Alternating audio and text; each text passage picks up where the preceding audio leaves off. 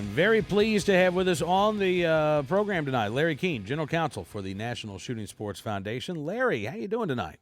Very good, Cam. How are you? Excellent. Thanks for coming on the show, sir. Always happy to visit with you. All right, so the New York Times had this editorial that I'm trying to figure this out, Larry. They're going after the idea that anybody would object to this attempt to ban lead ammunition in this country and to get the EPA involved here. So you've actually written a letter to the editor in response to the New York Times' editorial, right? We did, and we were surprised by the New York Times editorial, but I guess we're never really truly surprised by what they say. Yeah. And they took issue and criticized legislation that's been introduced by the co-chairs of the Congressional Sportsmen's Caucus, which is the largest caucus in Congress, and it's bipartisan, and the bill already has 55 House members on it and 10 senators, and all the bill would do is to clarify that Congress back in 1976 said that the EPA does not have jurisdiction to regulate firearms and ammunition, much the same way as Congress said around the same time period that the Consumer Product Safety Commission does not have jurisdiction to regulate firearms and ammunition. And Congress did that precisely to prevent gun control through the EPA or gun control through the Consumer Product Safety Commission.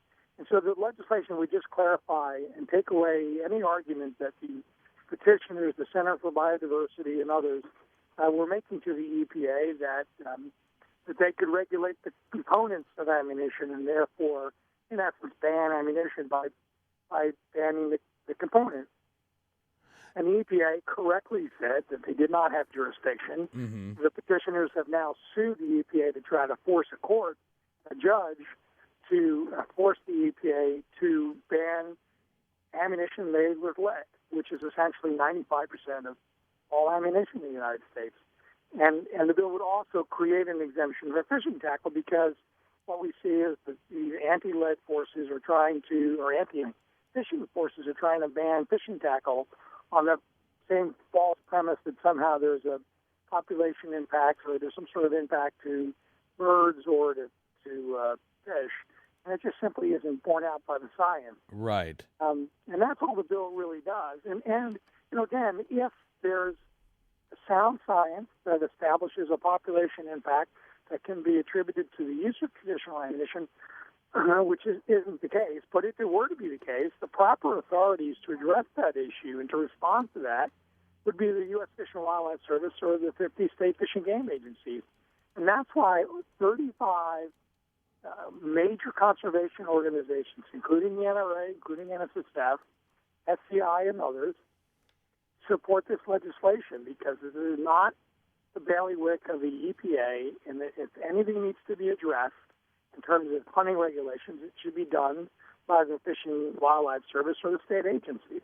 And that's really what the bill does. And, and if the petitioners were successful in banning traditional ammunition, can you imagine what would happen to the price of ammunition if all ammunition, and that's what would happen in this case, all ammunition, what you use to target shoot, what you use to hunt, what law enforcement use, even what the military uses, would all have to be made with metals other than lead. And the price of ammunition would go into orbit. And what would happen is that people would not be able to afford to purchase ammunition to go target shooting with their family and their friends or to go hunting or any other purpose.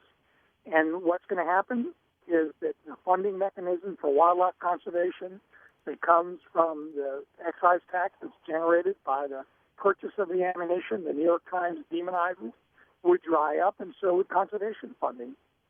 Well, absolutely, Larry. And this is, but to the environmental groups like the Center for Biological Diversity, which told their followers that this was going to be their once in a lifetime campaign to rid this country of lead ammunition.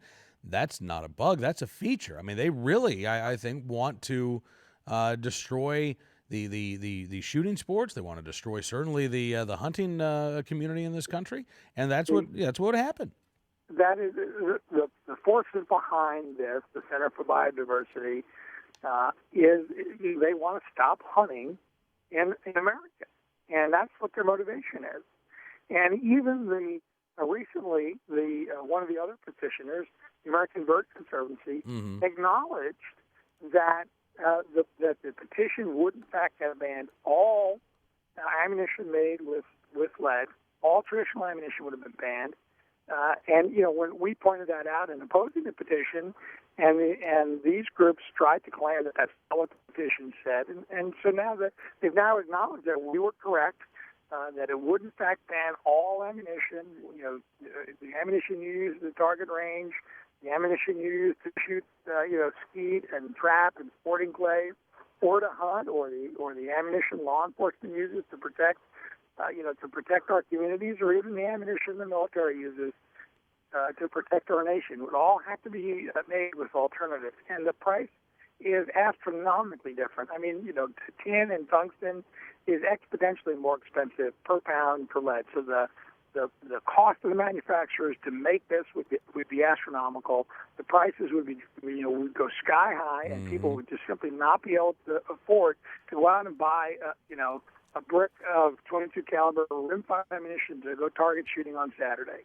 So, Larry, where is there the CBD's petition in the appeal process? Well, the petition was properly denied by the EPA, something that Times criticizes the EPA for. The EPA, hardly a pro-gun organization, they criticized them for denying the petition. After the petition was denied, the petitioners filed a lawsuit in federal court in Washington, D.C., challenging the decision by the EPA. The National Shooting Sports Foundation immediately moved to intervene in the case. Our motion was granted. Then we, along with the EPA, moved to dismiss the petitioner's complaint on the grounds that, number one, it was untimely. They had blown the statutory deadline for filing their action. But in any event, that the exemption in the Act that Congress put in place back in 1976 applied, and the EPA was correct in denying the petition. The NRA and Sport Club International and others have also moved to intervene in the case, and NRA and SCI's motions were granted. And so now pending before the court is the decision on the motion to dismiss the petition, at least with respect to the ammunition question. The case would continue, even if that motion is granted, the case would continue with respect to the parallel petition to ban the use of lead in manufacturing fishing tackle. All right. Well, Larry, again, sir, I'm glad you could be with us on the program tonight, and feel free to let us know when there's new news to report on this. We'd love to have you back on. Well, we absolutely, but I would just urge the members of your audience to pick up the phone and to call their senators and call their congressman or woman and urge them to support the Hunting, Fishing, and Recreational Shooting Sports Protection Act, which is the Senate Bill 838 and House Bill H.R. 1558. The more support we can develop and more co-sponsors, then the easier it is and the faster that legislation will pass. And then we won't have to wait for the judge to decide the issue. We won't have to worry about some judge who might get the question wrong. All right. Well, Larry, thank you again, sir, and we'll talk to you again very soon. Always a pleasure to spend time with you, Cam. Thank you, sir. Larry Keene, the General Counsel for the National Shooting Sports Foundation, join us here on Cam and Company.